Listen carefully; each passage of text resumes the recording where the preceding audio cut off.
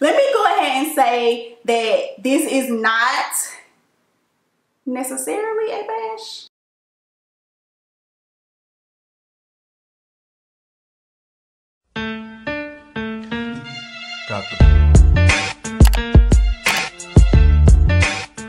What's up, cousins? Welcome back to my channel. If this is your first time visiting my channel, I call all my subscribers my cousins, so I need you to go ahead, subscribe to my channel, turn your notifications on so you don't miss videos like this, because sexy. I am all about the positivity here, but I'm also gonna keep it real. And one thing that I do like to come and talk to you guys about often is just the experiences from the other side of the camera, so to speak. So a lot of times there can be, one perception of sponsorships and, how they go down and how they're brokered and who seeks out who and who is in it for this, and even just the whole stigma around sponsorships. And also just because, every now and then I just get fed up, okay? So this video was inspired by Jackie Aina. She actually created a video, I think it was last week, about all the sponsorships that she would never do. And I really enjoyed that video. I really enjoyed her perspective on it. And I wanted to put a little twist to it because she said something very important in that video that I say to people all the time, which is opinions change. Like, one thing that can be very frustrating as a YouTuber, and she said this also on her channel, is the fact that people want to hold you to something that you said, did, used, liked, believed in a video 5, 6, 7, 8, 9, 10 years ago, and people expect what your opinion to be from 10 years ago, or even 2 years ago, or even goddamn 2 weeks ago. Like, has anybody ever heard the saying, it's a woman's prerogative to change her mind? Like, people grow, people evolve, and people change their minds. So there are a couple of different reasons why I don't think it's really discussed, because I feel like maybe it's kind of taboo, but a lot of times influencers are put under the same high stress, really just in between a rock and a hard place type situations that you are, and people in 9 to 5 or regular or everyday jobs are. Like, just because we don't have a direct boss, which is a positive, a plus, you are dealing with brand owners and company owners and social media marketing managers and reps and your followers and subscribers and their opinions and their requests and their wants, and all this just creates sometimes impossible situations. And there are certain situations where you can kind of, like, the irritation doesn't interfere with your integrity. It's just kind of like you don't like the way that they do business, so you can push your way through it. And then there are times where it's just like, oh no, girl, you got the wrong but the right one. So in this video, I'm actually going to be telling you guys sponsorships that I actually regret taking. Number 2, this isn't to say that if you work with this brand, if you see another influencer work with this brand, I really don't want it to be a situation where it's like you feel like I'm calling you out, or you feel like you can't work with this brand, or you feel like any of that. This is just situations that I have personally had bad experiences with. Obviously this isn't scripted, so there's going to be a little rambling going on. I don't know how long this video is going to be. A lot of y'all actually prefer and like longer chit chat videos. You like to listen to them as podcasts and stuff like that. So it's just gonna be as long as it's gonna be, because I'm gonna take my time and thoroughly let y'all know the tea on a lot of these companies. The first company that I absolutely regret working with and would not work with in the future is Dress Lily. If you guys are an OG cousin to my channel, then you already know this story.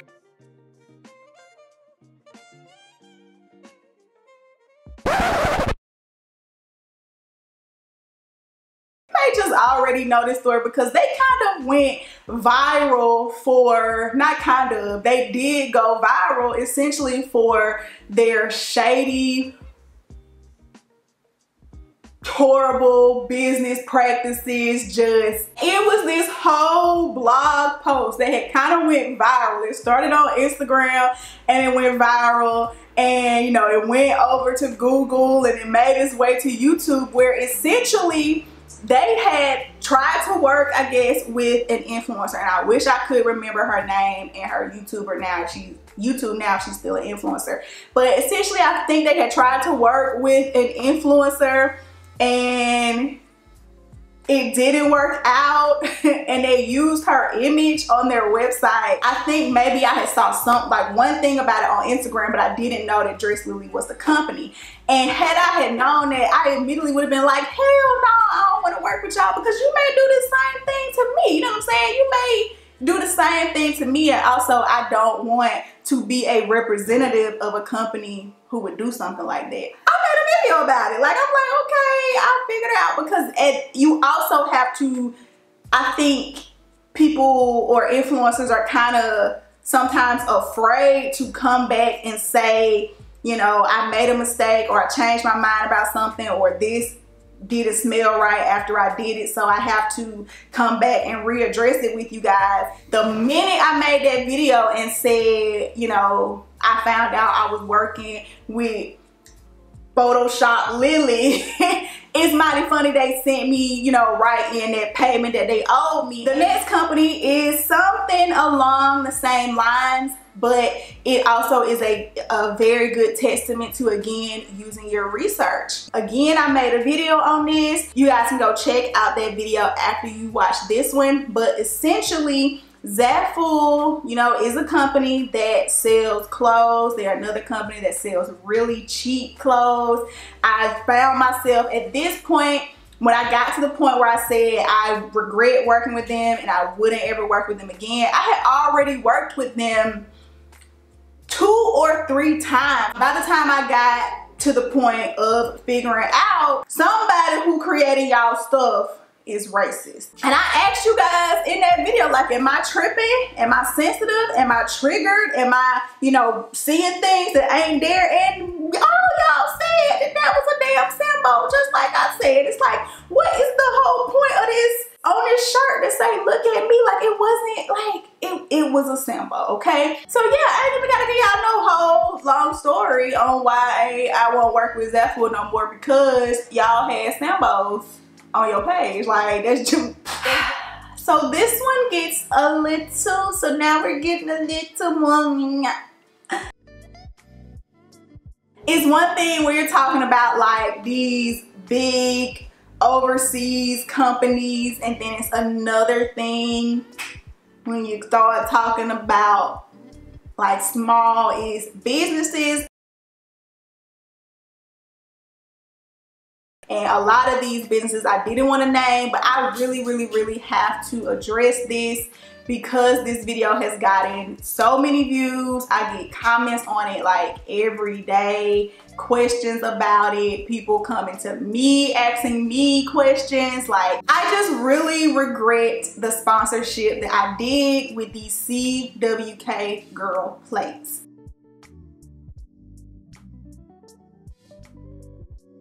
Didn't really have any issues with the plates getting to me. I think they got to me really fast. I was able to, you know, create the content, and the content did really well, which is essentially what you're hoping for when you are working with a brand. You want it to be mutually beneficial. You know, obviously they came to you for a reason, and you are working with them for a reason. So, you know what I'm saying? You want to put out content that'll do well for somebody who is investing in you and your channel. So I wanted this to do well.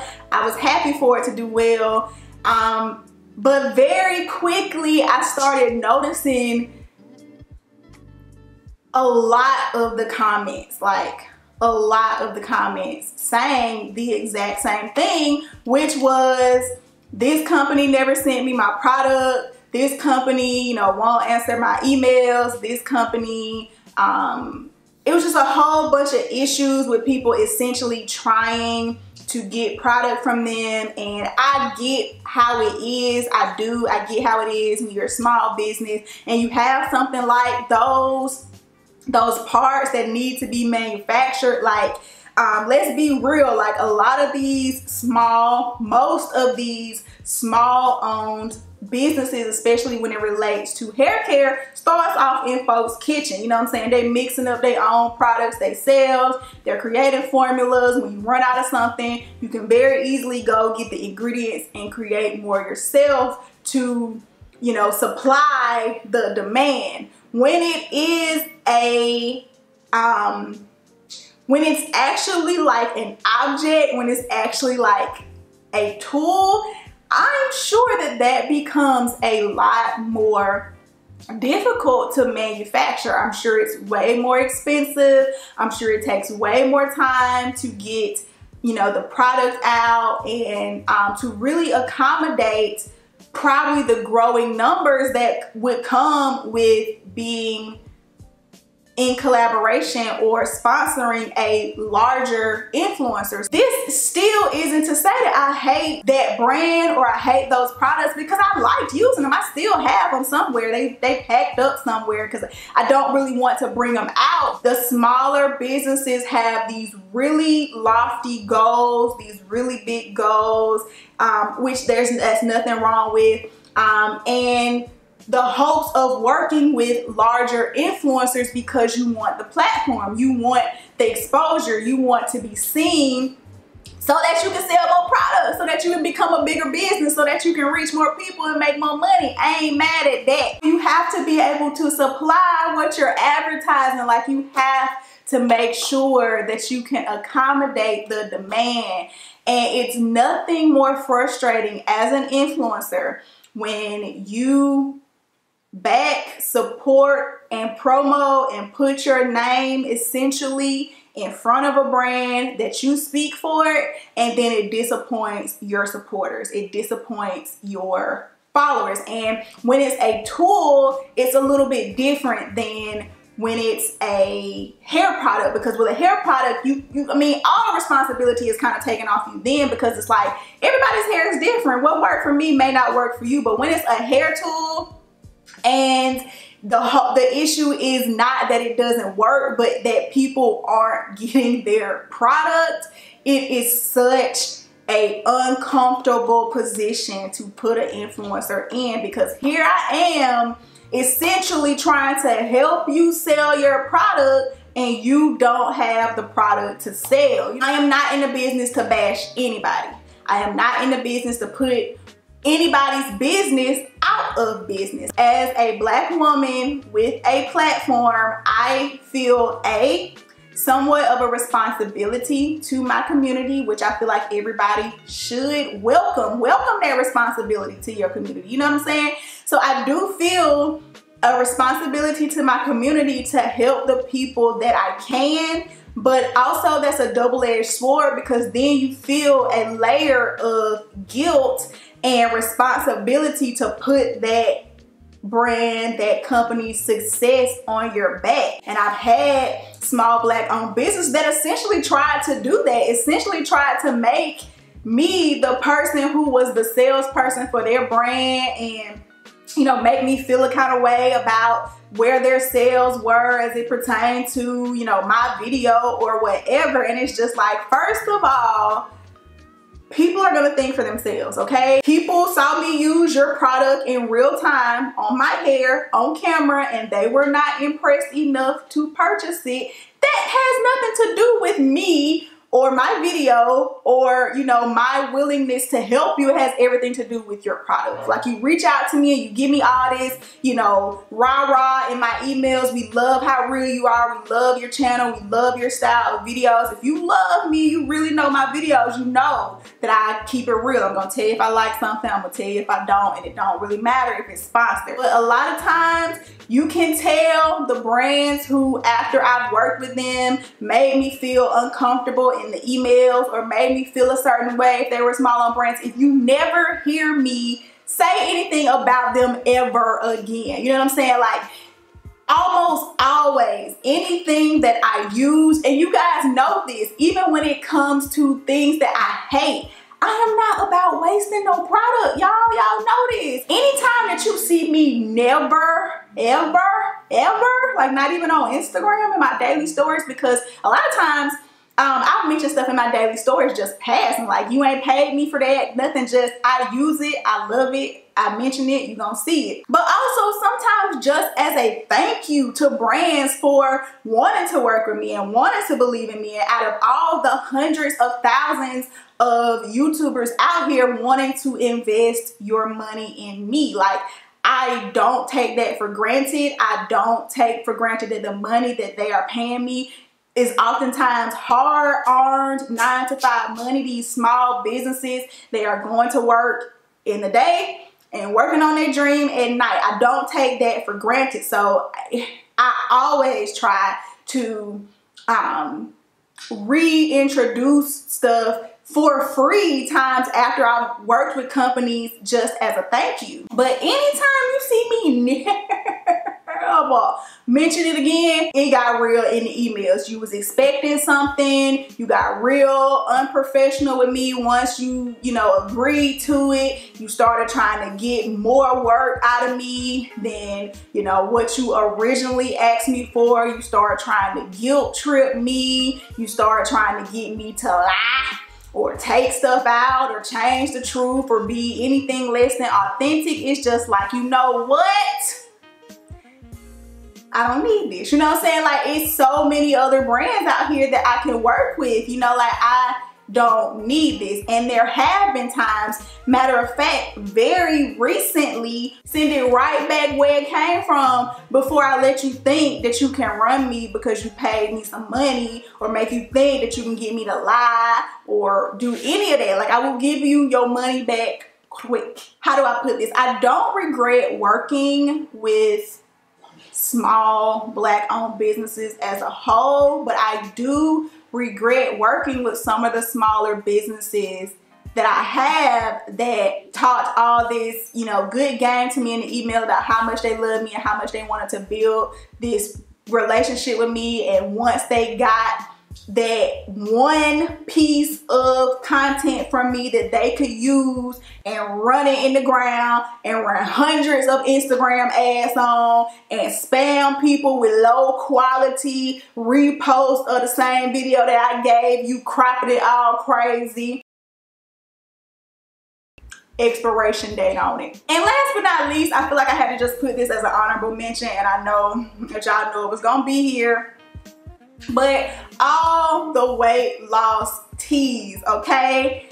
I feel like companies is sort of like a rite of passage for a lot of influencers.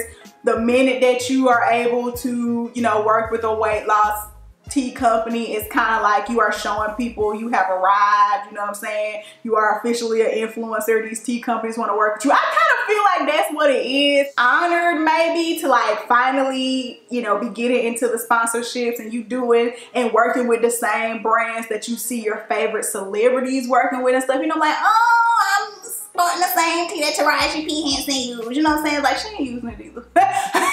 You know what I'm saying? Like, I just use her as an example. I don't even know if she promotes tea, but I'm just saying, like, that is, I feel like, the feeling that a lot of us, again, like Jackie Aina said in her video, it has to make sense. You know what I'm saying? If you're going to promote something, some kind of way it has to tie into your whole brain, you know what I'm saying, what you're trying to do. And even though, my degree is in kinesiology and I am a certified trainer, and a great deal of my life was dedicated to fitness for a while. For me, I should say, I didn't know how to do it without it looking real artificial and gimmicky, and it just didn't cohesively fit. Because again, like, it may cohesively fit into your channel, but I just was looking back on mine and it didn't fit. Did I give y'all enough tea?